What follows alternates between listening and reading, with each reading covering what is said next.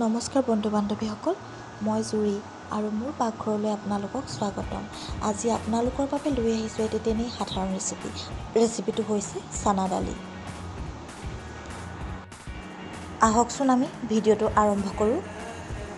প্ৰথমতে আমি চানা দালিখিনি অলপ সময় তিয়াই ল'লোঁ। তাৰপিছত এটা কুকাৰত আমি এনেদৰে সুমুৱাই লৈছোঁ। তাৰপিছত ইয়াতে অলপ পৰিমাণ অনুযায়ী নিমখ দি দিম। আপোনালোকৰ সোৱাদ অনুযায়ী দিব নিমখ। আৰু এইখিনি আমি 6টামান চিটি মৰাম। তাৰপিছতে এখন কেৰাহীত অলপ তেল দিলোঁ।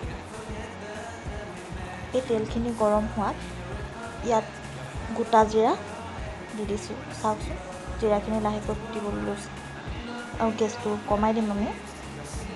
আৰু ইয়াতে পিহি লোৱা পিঁয়াজখিনি দি দিছোঁ। আপোনালোকে পিঁয়াজখিনি ইচ্ছা কৰিলে টুকুৰা টুকুৰকৈ কাটিও দিব পাৰে, কিন্তু এনেদৰে দিলে গ্ৰেভিটো খুব ধুনীয়া হয়।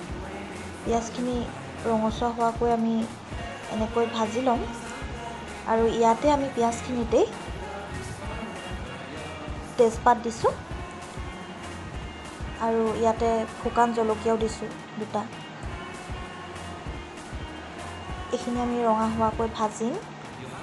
আৰু অকণমান পিঁয়াজখিনি ৰং অহাত ইয়াতে আমি এতিয়া আদা অলপ দি দিম। আদা আৰু নহৰু একেলগে মই খুন্দি লৈছোঁ। আদাখিনি অলপ ভজা হোৱাত ইয়াত আমি হালধি ব্যৱহাৰ কৰিম। হালধি আপোনালোকৰ জোখমতে দিব।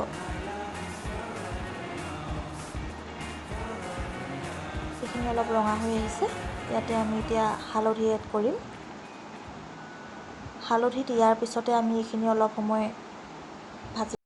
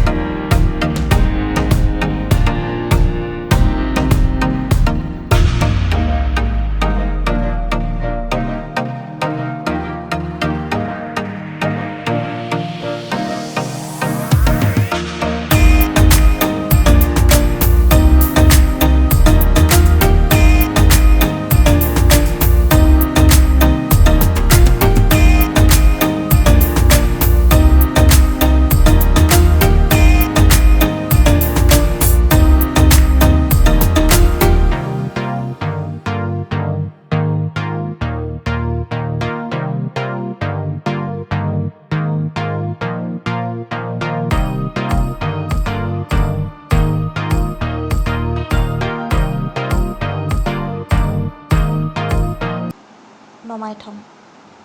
চাওকচোন, খুব সুন্দৰ হৈছে। গোন্ধটো খুব ধুনীয়াকৈ ওলাইছে। আপোনালোকে যদি ভাল পায় তেন্তে এবাৰ বনাই চাবচোন এনেদৰে। যদি মোৰ ভিডিঅ'টো চাই ভাল পালে তেন্তে please like, comment, share and subscribe কৰিবলৈ নাপাহৰিব। ধন্যবাদ।